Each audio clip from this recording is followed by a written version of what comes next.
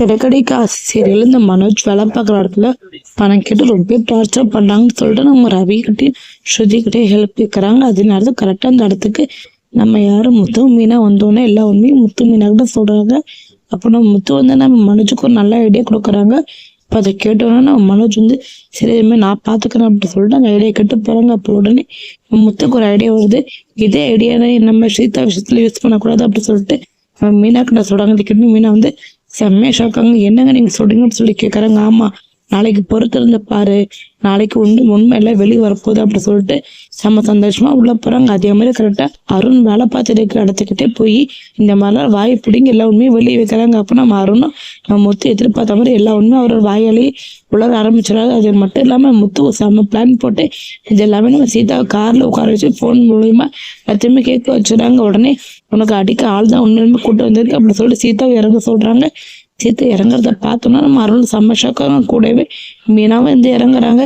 மீனாவை சீதாவை பார்த்து செம்ம அதிர்ச்சியோட அப்படியே நின்றுட்டு இருக்காங்க. அருண் உறைஞ்சு போய் என்ன சீதா எப்போ எப்போ வந்த அப்படின்னு சொல்லி கேட்குறாங்க. உடனே முத்து சொல்றாங்க அவ எப்போ வந்தா இல்லை முதல்ல வச்சு அவ இங்கதான் இருக்கா, இருக்கிறது மட்டும் நீ பேச்சு எல்லாமே கேட்டுதான் இருந்தா அப்படி சொல்லிட்டு நல்ல மாதிரி இதுக்கப்புறம் நடிக்காது அப்படி சொல்றாங்க. கேட்டுன்னு அருண் வந்து திட்டம் போட்டு எல்லாமே பண்ணிட்டு இருக்கான். முத்து எல்லாம் நம்பாத சீதா அப்படி சொல்லிட்டு எல்லாத்தையும் சொல்றாங்க. இதெல்லாம் கேட்டு நான் சீதா வந்து நினைச்சு நீ வாய் மூட எவ்வளவு நல்லவன்னு நினைச்சிட்டு இருந்தா, ஆனா நீ இந்த அளவுக்கு கேடு கட்டணும் அப்படின்னு நான் கொஞ்சம் கூட எதிர்பார்க்கல.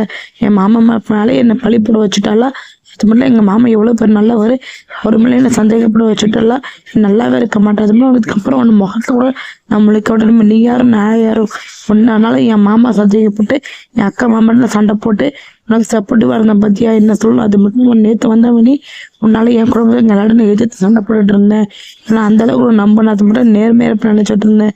ஆனா இந்த அளவுக்கு 420 வேலை பார்ப்பேன்னு கொஞ்சம் கூட எதிர்பார்க்கல. என்ன மாமா ஒவ்வொரு தடவை சொல்லியிருக்காரு தப்பானவன் இப்ப புரிஞ்சுக்கணும் இவ்வளவு பெரிய தப்பானவன் சொல்லிட்டு ரொம்ப கோமா அருணோட சட்டையை பிடிச்சி அங்கேயே பல அரைய ஆரம்பிச்சு ரோட்ல. இதெல்லாம் பார்த்தா முத்து வந்து என்ன செம்ம ஷாக் ஆகுறாங்க. உடனே முத்து வந்து அருணுக்கு சப்போர்ட்டிவா பேசுறாங்க. இங்க பாரு சீதா எதுக்கட்டெல்லாம் வாய்க்கு வந்தாலும் பேசாது, அது மட்டும் உன்னோட புருஷன் இம்மெல்லாம் பண்ணது வீட்டுல போய் பேசிக்க அப்படி சொல்றாங்க. இது கேட்ட அருண் வந்து ரொம்ப நல்லா நடிக்காது, அது மட்டும் இல்லாம உன்னாலது எனக்கு இப்போ அழகு பிரச்சனை வந்துட்டு தேவையில்லாம என் கூட நீ கல்யாடாது அப்படின்னு சொல்லிட்டு மறுபடியும் முத்து மேல தப்பா பேசுறாங்க. இதெல்லாம் பார்த்தா சீதா வந்து என் மாமா பத்தி தப்பா பேச உனக்கு எந்த ஒரு உரிமையும் கிடையாது, இனிமே வாய் மூடுவோம் மக்களை கூட நம்பளிக்க மாட்டேன் அப்படி சொல்லிட்டு வாங்க மாமா என்ன மன்னிச்சிருங்க, இதுக்கப்புறம் நம்மளாம் பண்ணவே மாட்டேன், எனக்கு சப்போர்ட் பண்ணி போய் உங்களப்பா எடுத்து பேசிட்டேன்னு என் அக்கா சண்டை போட்டு நான் மன்னிச்சிரு மீனாக்கா அப்படி சொல்லிட்டு மீனாக்கிட்டே மன்னிப்பு வைக்கிறேன். இந்த பக்கம் மீனா வந்து அருண்கிட்ட சொல்றாங்க இங்க பாருங்க அருண், நீங்க ஏற்கனவே சண்டை போட்டிருக்கீங்க அவரு கூட நல்லாவே தெரிய இருந்தாலும் எதுக்காக இவ்வளவு கோபப்பட்டு இருக்கீங்க, பேசாம 2 பேரும் மன்னிச்சு ஒருத்தருக்கு சமாதானமா போவிடு தானே, முன்னதுக்கு வன்மத்தை அப்படி கூட்டிட்டு இருக்கீங்க, அவர் பண்ண தப்பு தான், இப்போ நல்லா ஃபர்ஸ்ட் பண்ணதான் மகள் மன்னிப்பு கேட்கறா, இருந்தாலுமே இதுக்கப்புறம் நம்ம நடந்துக்கிறீங்க சீதா கிட்ட மனசு மாதிரி எப்படின்னா அவங்க கூட சேர்த்து வைக்கிறேன் அப்படி சொல்லிட்டு அங்க இருந்து போகிறாங்க. இதுக்கப்புறம் இந்த மாதிரி பண்ணாதீங்க அருண் அப்படி சொல்லிட்டு போகிறாங்க. இந்த பக்கம் அருண் அப்படி இடிச்சு போய் உட்காந்துறாங்க. ஆன்னு சொல்லி அங்கேயே கத்த ஆரம்பிக்கிறாங்க.